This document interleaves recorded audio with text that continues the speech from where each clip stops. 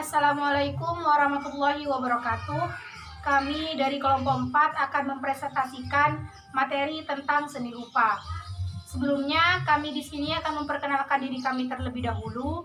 Saya sendiri Intan Nuria Salsabila dari kelas 11 IPA 2, nomor absen 21.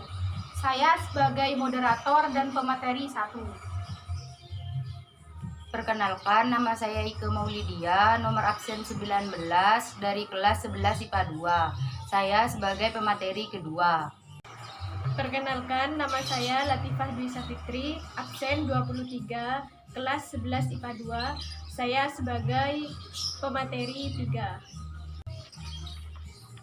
Selanjutnya, saya sebagai pemateri pertama akan membahas tentang pengertian seni rupa dan unsur-unsur seni rupa. Pertama, saya akan menjelaskan tentang pengertian seni rupa. Seni rupa adalah cabang seni yang diungkapkan dan diciptakan melalui media rupa atau visual yang tentunya dapat dilihat oleh mata dan biasanya dapat pula dirasakan oleh rabaan. Pengertian seni rupa menurut beberapa ahli. Yang pertama, menurut Sudarso. Menurut beliau, seni berasal dari bahasa Sanskerta, yaitu sani, yang berarti pemujaan, pelayanan, donasi, permintaan, atau mata pencaharian dengan hormat dan jujur. Yang kedua, menurut Pekerti. Seni adalah kegiatan manusia dalam mengekspresikan pengalaman hidup dan kesadaran artistiknya yang melibatkan kemampuan intuisi, kepekaan indera dan rasa, kemampuan intelektual, kreativitas, serta keterampilan teknik untuk menciptakan karya yang memiliki fungsi personal atau sosial dengan menggunakan berbagai media. Yang ketiga, menurut Sumanto, seni adalah hasil proses kerja dan gagasan manusia yang melibatkan keterampilan, kreativitas, kepekaan indera, kepekaan hati, dan pikiran untuk menghasilkan suatu karya yang memiliki kesan indah, selaras, bernilai seni, dan lainnya. Yang keempat, menurut Susanne K. Langer. Menurut Langer, karya seni adalah bentuk ekspresi yang diciptakan bagi persepsi kita lewat indera dan pencitraan. Dan yang diekspresikan adalah perasaan manusia. Yang kelima, menurut Plato dan Rousseau. Plato dan Rousseau berpendapat bahwa seni adalah hasil peniruan alam dan segala isinya. Selanjutnya, tentang unsur-unsur seni rupa. Seni rupa dibangun oleh sejumlah unsur yang membentuk kesatuan yang padu sehingga karyanya dapat dinikmati secara utuh.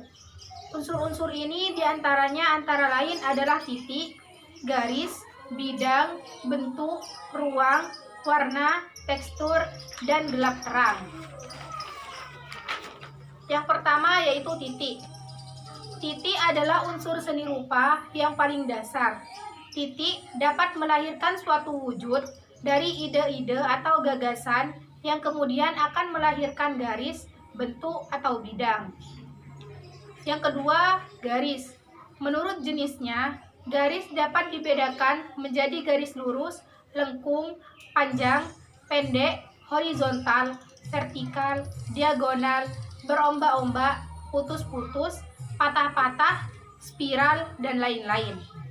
Garis dapat juga memberikan kesan watak tertentu sehingga dapat digunakan sebagai perlambangan seperti: yang pertama, garis tegak melambangkan keagungan dan kestabilan. Yang kedua, garis miring mengingatkan pada kegoncangan tidak stabil atau gerak. Yang ketiga, garis tegak, kuat, terpatah-patah mengesankan kekuatan. Yang keempat, garis halus melengkung berirama mengesankan kelembutan dan kewanitaan. Sedangkan menurut wujudnya, garis dibedakan menjadi: 1. Garis nyata, merupakan garis yang dihasilkan dari coretan atau goresan lengkung. Yang kedua, garis semu merupakan garis yang muncul karena adanya kesan balance pada bidang, warna, atau ruang. Selanjutnya, bidang. Bidang merupakan pengembangan garis yang membatasi suatu bentuk sehingga membentuk bidang yang melingkupi dari beberapa sisi. Bidang mempunyai sisi panjang dan lebar serta memiliki ukuran. Contohnya persegi, segitiga, trapesium, dan lain sebagainya. Selanjutnya, bentuk. Bentuk juga dapat dikelompokkan menjadi dua macam, yaitu yang pertama bentuk geometris. Bentuk geometris merupakan bentuk yang terdapat pada ilmu ukur, meliputi yang pertama bentuk kubistis, contohnya kubus dan balok. Yang kedua bentuk silindris, contohnya tabung, kerucut, dan bola. B. Bentuk non-geometris. Bentuk non-geometris berupa bentuk yang meniru bentuk alam, misalnya manusia, tumbuhan, dan hewan. Selanjutnya yaitu ruang. Ruang dapat digolongkan menjadi dua, yaitu ruang dalam bentuk nyata, misalnya ruangan pada kamar, ruangan pada patung, ruang dalam bentuk khayalan atau ilusi, misalnya ruangan yang terkesan dari sebuah lukisan. Yang kelima yaitu warna. Kesan yang timbul oleh pantulan cahaya pada mata disebut warna. Warna dapat dikelompokkan menjadi 5, yaitu yang pertama warna pokok atau primer, yaitu warna yang tidak berasal dari warna apapun. Contohnya warna merah, kuning, dan biru. Yang kedua, warna sekunder, yaitu warna yang bisa diperoleh dengan mencampur dua warna dasar dalam takaran tertentu. Contohnya warna orange, hijau, dan ungu. Yang ketiga, warna tersier, yaitu warna yang dihasilkan melalui percampuran dari warna sekunder.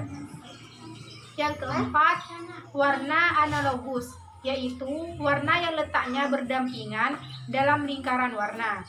Contohnya warna kuning kehijau-hijauan atau orange kemerah-merahan. Dan yang kelima, warna komplementer, yaitu warna kontras yang letaknya berseberangan dalam lingkaran warna. Contohnya warna kuning dengan ungu, merah dengan hijau, dan lain sebagainya. Selanjutnya yaitu tekstur. Tekstur adalah sifat dan keadaan suatu permukaan bidang atau permukaan benda pada sebuah karya seni rupa. Tekstur dibedakan menjadi tekstur nyata dan tekstur semu. Tekstur nyata adalah nilai raba yang sama antara penglihatan dan rabaan. Sedangkan tekstur semu adalah kesan yang berbeda antara penglihatan dan perabaan. Terakhir yaitu gelap terang. Suatu objek bisa memiliki intensitas cahaya yang berbeda pada setiap bagiannya. Demikian pula pada karya seni rupa, seperti lukisan pemandangan alam. Adanya perbedaan intensitas cahaya akan menimbulkan kesan mendalam. Selanjutnya, sejarah seni rupa. Seni rupa adalah jenis seni yang telah ada dalam masa prasejarah seperti periode Aseolian. Dengan adanya patung Venus dari Tantan, patung kuarsit 200.000 sampai 500.000 sebelum Masehi, dan patung Venus dari Barekhat, Ram, patung basaltik 230.000 sampai 700.000 sebelum Masehi, serta lukisan di Gua Chaufet 30.000 sebelum Masehi. Di Indonesia, sejarah seni rupa juga ditemukan, misalnya di gua-gua, seperti di daerah Leang-Leang, di mana ditemukan gambar yang dibuat dengan cara menggores dinding gua dengan menggunakan batu tajam. Kemudian, goresan tersebut diberi warna dengan menggunakan batu dangklik dan diberi perekat berupa lemak hewan. Sedangkan bukti-bukti peninggalan seni rupa dari bangsa timur kebanyakan ditemukan dalam bentuk arsitektur atau bangunan. Contohnya adalah kuil, patung, makam para bangsawan, sphinx, piramida, dan lain-lain. Selain itu, ditemukan juga keramik, relief, dan bahan lukisan di peradaban bangsa Romawi kuno dan Yunani. Dengan berkembangnya seni rupa pada abad ke-16, berdirilah sekolah seni rupa bagi orang-orang yang ingin menjadi seniman profesional. Dua sekolah, pertama akademik, yang paling awal adalah Akademik Seni Rupa Roma, Accademia di San Luce, dan Academy of the Art of the Sing di Florence, Accademia delle Arti del Design, yang menggunakan prinsip-prinsip seni Renaissance. Yang selanjutnya, fungsi seni rupa. Secara umum, seni rupa terdapat beberapa fungsi. Di antaranya, yang pertama, untuk memuaskan batin seniman. Yang kedua, untuk memuaskan batin orang lain. Yang ketiga, untuk menyampaikan nilai-nilai budaya dan ekspresi. Yang keempat, sebagai sarana ritual keagamaan. Yang kelima, untuk mengenang sejarah. Sedangkan untuk seni rupa berdasarkan cakupannya dibedakan menjadi dua, yaitu yang pertama, fungsi individu. Fungsi individu ini digunakan untuk memenuhi kebutuhan emosional dan kebutuhan fisik. Yang kedua, fungsi sosial. Fungsi sosial ini digunakan sebagai hiburan dan sarana komunikasi.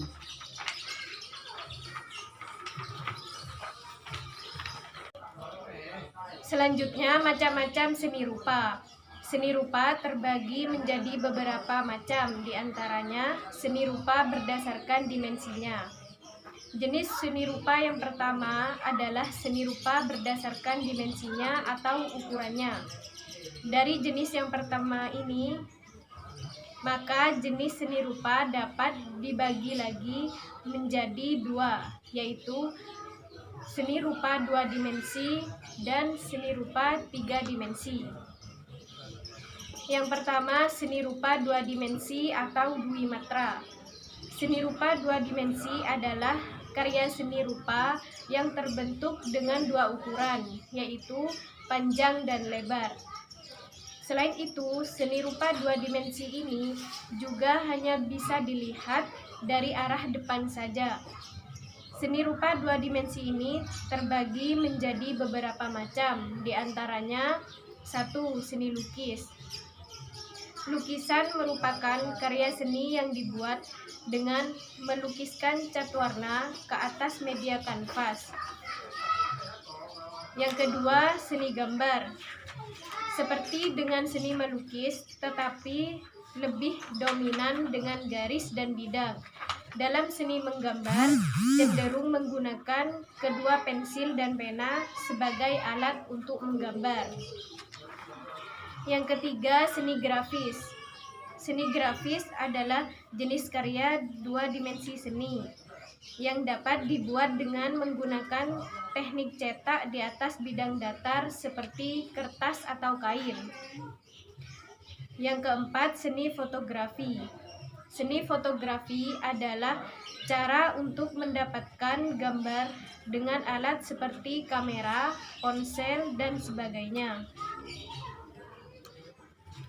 Yang kedua, seni rupa 3 dimensi atau Trimatra. Seni rupa 3 dimensi adalah karya seni rupa yang memiliki 3 unsur ukuran, yaitu panjang, lebar, dan tinggi, serta memiliki volume. Seni rupa 3 dimensi ini terbagi menjadi beberapa macam, di antaranya 1. Seni patung.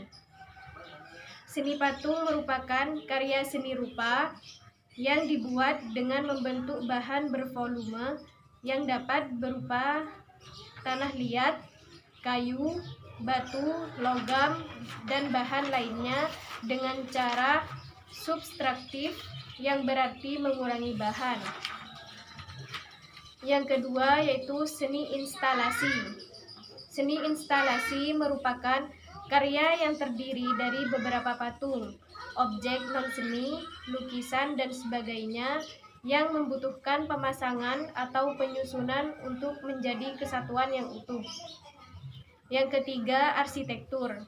Arsitektur adalah seni membuat bangunan hingga ke lingkungan sebagai sarana maupun prasarana kehidupan manusia dari segala aspek, baik tempat istirahat dan berlindung maupun untuk beraktivitas. Yang keempat yaitu seni kriya.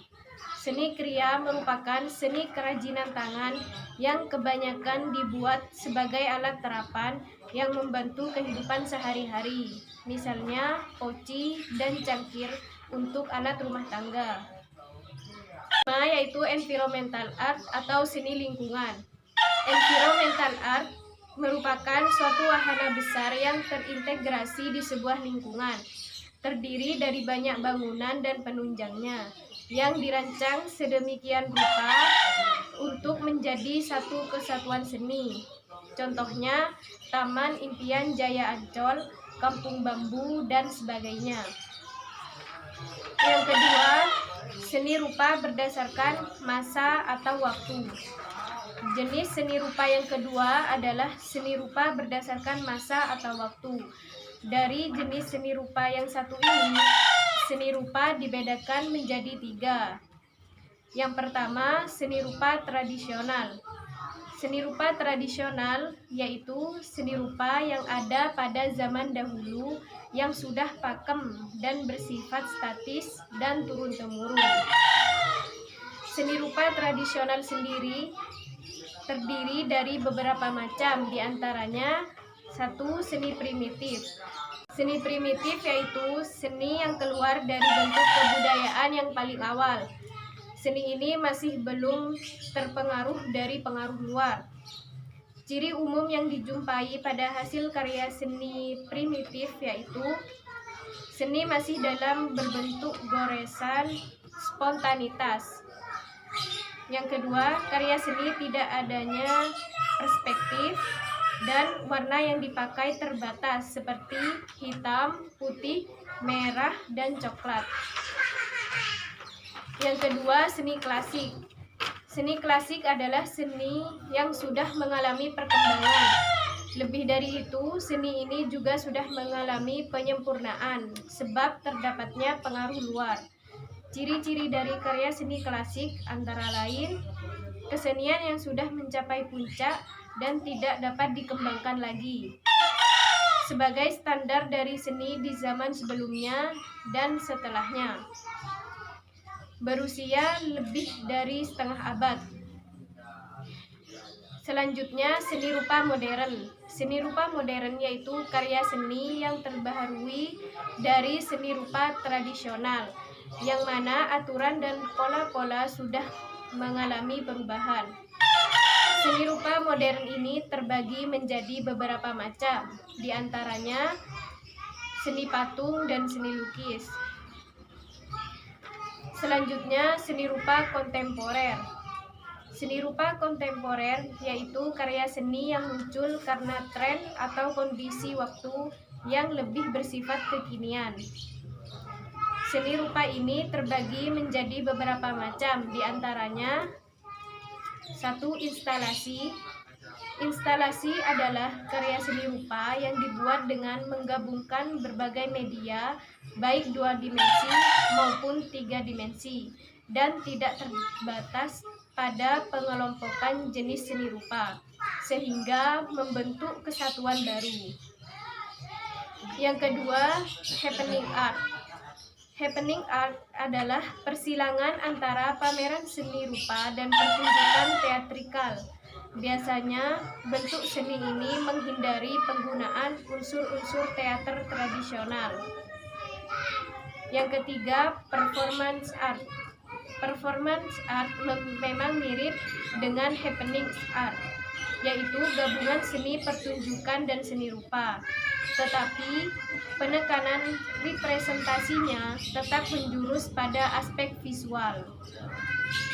Performance art tidak membutuhkan dialog atau monolog sama sekali. Yang keempat, video art. Sebetulnya media ini tidak begitu baru, namun kemunculannya lebih banyak di era masa kini, yang mengacu pada tahun 1970-an hingga sekarang. Intinya, video art menampilkan gambar bergerak pada layar monitor.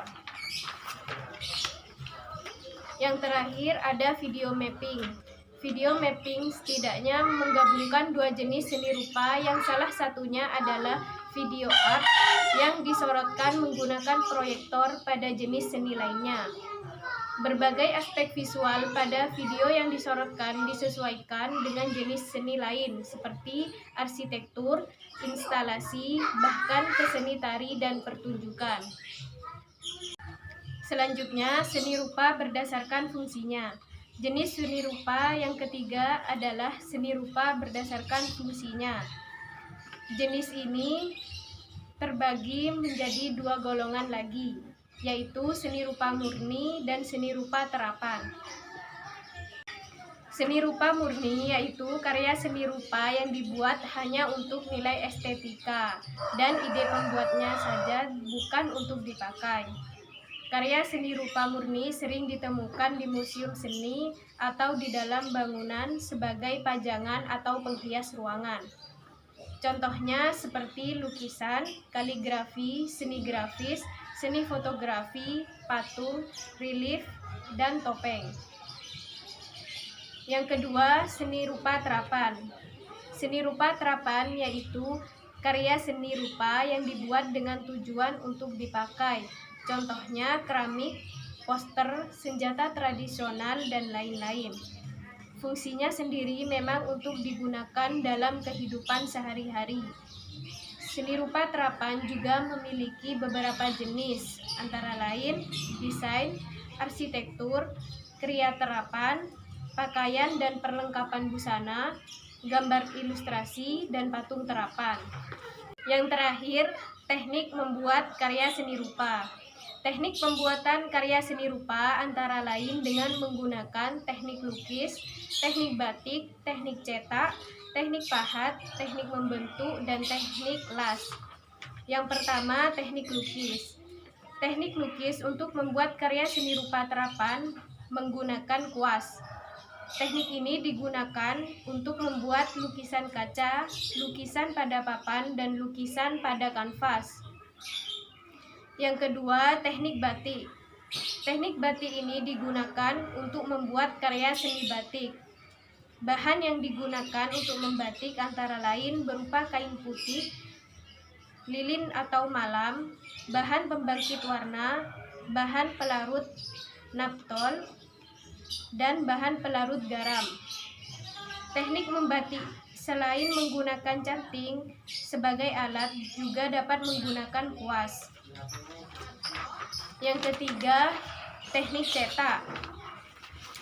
Teknik cetak dapat digunakan untuk pembuatan karya yang menggunakan cetakan sebagai alat utamanya. Karya seni yang menggunakan teknik cetak seperti fotografi, desain grafis, dan semua karya seni grafis. Yang keempat, teknik pahat. Teknik pahat merupakan cara pembuatan suatu karya dengan mengurangi bahan sedikit demi sedikit dengan menggunakan alat pahat. Bahan yang biasa digunakan untuk membuat karya seperti kayu dan batu. Hasil karya dengan teknik pahat ini seperti relief, ukir-ukiran, dan patung. 5. Teknik membentuk. Teknik membentuk atau modeling adalah cara pembuatan karya dengan menambah atau mengurangi bahan yang digunakan. Jadi, bahan yang digunakan berupa bahan yang lembek seperti tanah liat. Hasil karya dengan teknik ini biasanya berupa hasil gerabah atau keramik. 6. Teknik las. Teknik las digunakan untuk menyambung bahan dari logam. Bahan-bahan yang digunakan untuk membuat karya berupa bahan logam seperti besi, baja, tembaga, perak, dan emas. Mungkin sekian dari kelompok kami. Dan selanjutnya kami akan menjawab pertanyaan yang diberikan oleh Bapak Aris kepada kelompok kami. Pertanyaan akan dijawab oleh Ike dan Iva.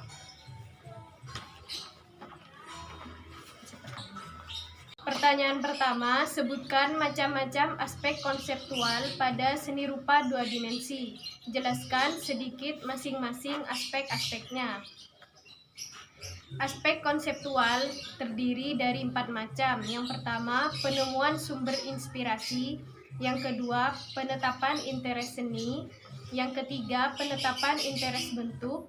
Yang keempat, penetapan prinsip estetik. Penemuan sumber inspirasi. Titik tolak penciptaan karya seni rupa murni adalah penemuan gagasan yang jelas dalam mengekspresikan pengalaman artistik. Sumber gagasan dapat dari dalam kehidupan spiritual atau psikologis sendiri yang disebut realitas internal, misalnya harapan, cita-cita, emosi, nalar, intuisi, gairah, kepribadian, dan pengalaman-pengalaman kejiwaan lain yang kadang belum teridentifikasi dengan bahasa. Dengan kata lain, gagasan seni timbul dari kebutuhan kita sebagai manusia untuk berekspresi. Selain realitas internal, juga realitas eksternal, yaitu hubungan pribadi kita dengan Tuhan, hubungan pribadi kita dengan sesama, dan hubungan pribadi kita dengan alam. Yang kedua, penetapan interes seni. Tahapan selanjutnya adalah menentukan interes seni diri sendiri sehingga dapat berkreasi secara optimal.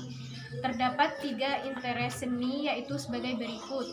Yang pertama, interes pragmatis, yaitu menempatkan seni sebagai instrumen pencapaian tujuan tertentu, misalnya tujuan nasional, moral, politik, dakwah, dan lain-lain.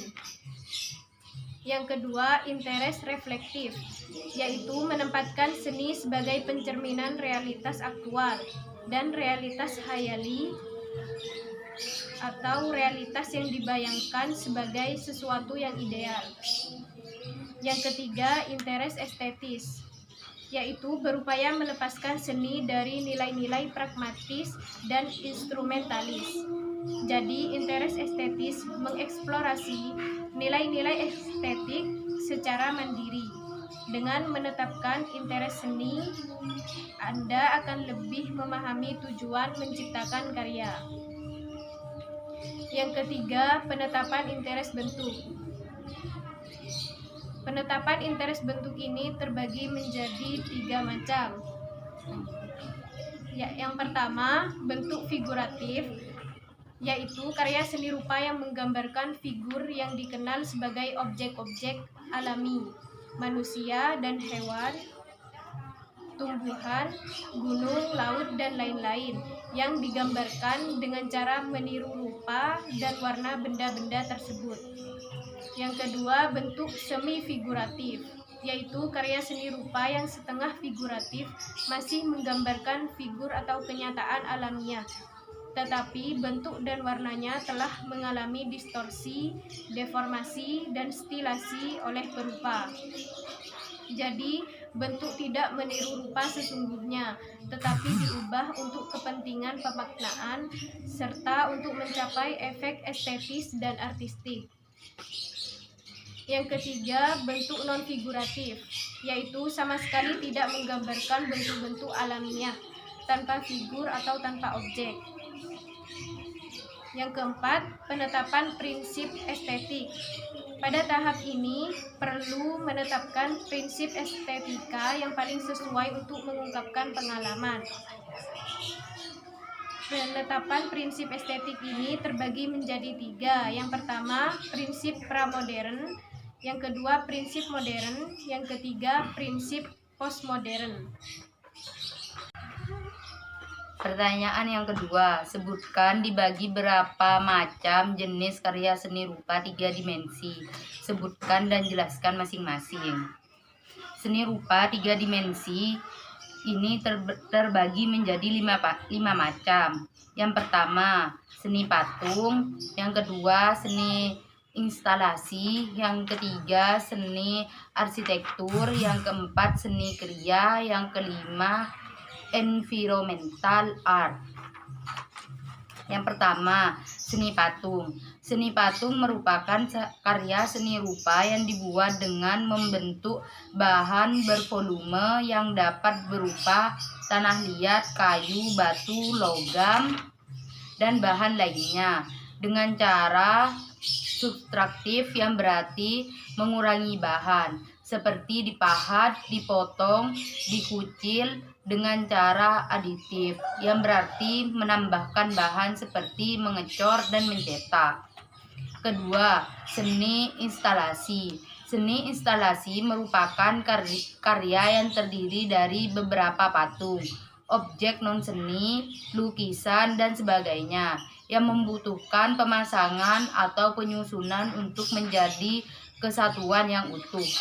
Yang ketiga, arsitektur. Arsitektur adalah seni membuat bangunan hingga ke lingkungan sebagai sarana maupun prasarana kehidupan manusia dari segala aspek, baik tempat istirahat dan berlindung maupun untuk beraktivitas.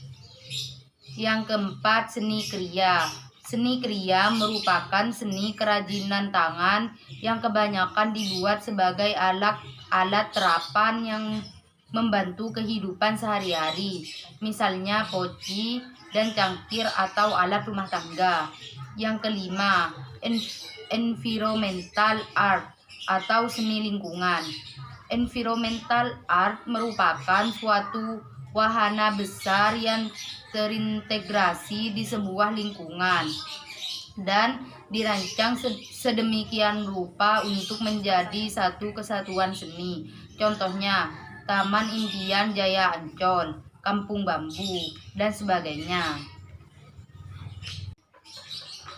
Sekian presentasi dari kelompok kami. Kurang lebihnya mohon maaf. Wabillahi taufiq wal hidayah. Wassalamualaikum warahmatullahi wabarakatuh.